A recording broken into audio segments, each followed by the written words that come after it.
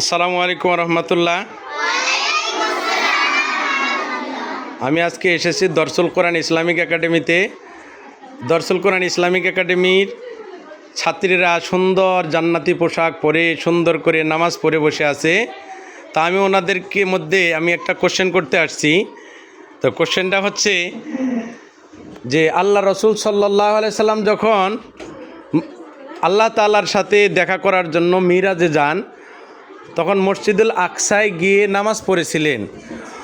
ওই নামাজে উপস্থিত হয়েছিলেন আল্লাহ তাআলার যতগুলো নবী ছিলেন, প্রত্যেকটা নবী উপস্থিত হয়েছিলেন। এবং ওই নবীদের মধ্যে যে নামাজটা হয়েছিল, ওই নামাজের ইমামতি করেছিলেন কে? এটা কে বলতে পারবেন এই উত্তর? দাঁড়ান,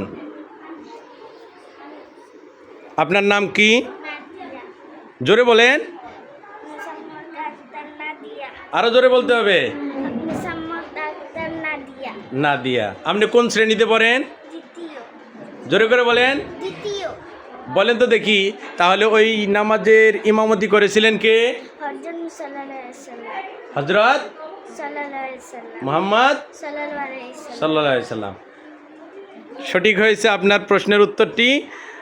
হযরত মুহাম্মদ সাল্লাল্লাহু আলাইহি সাল্লাম ওই মসজিদুল আকসায় যে ইমামতি করেছিলেন, সেটা ছিল কি? আমাদের নবী হযরতে মুহাম্মদুর রাসূলুল্লাহ সাল্লাল্লাহু আলাইহি সাল্লাম। ধন্যবাদ আপনাদের সবাইকে। আপনারা সবাই ভালো থাকবেন, সুস্থ থাকবেন।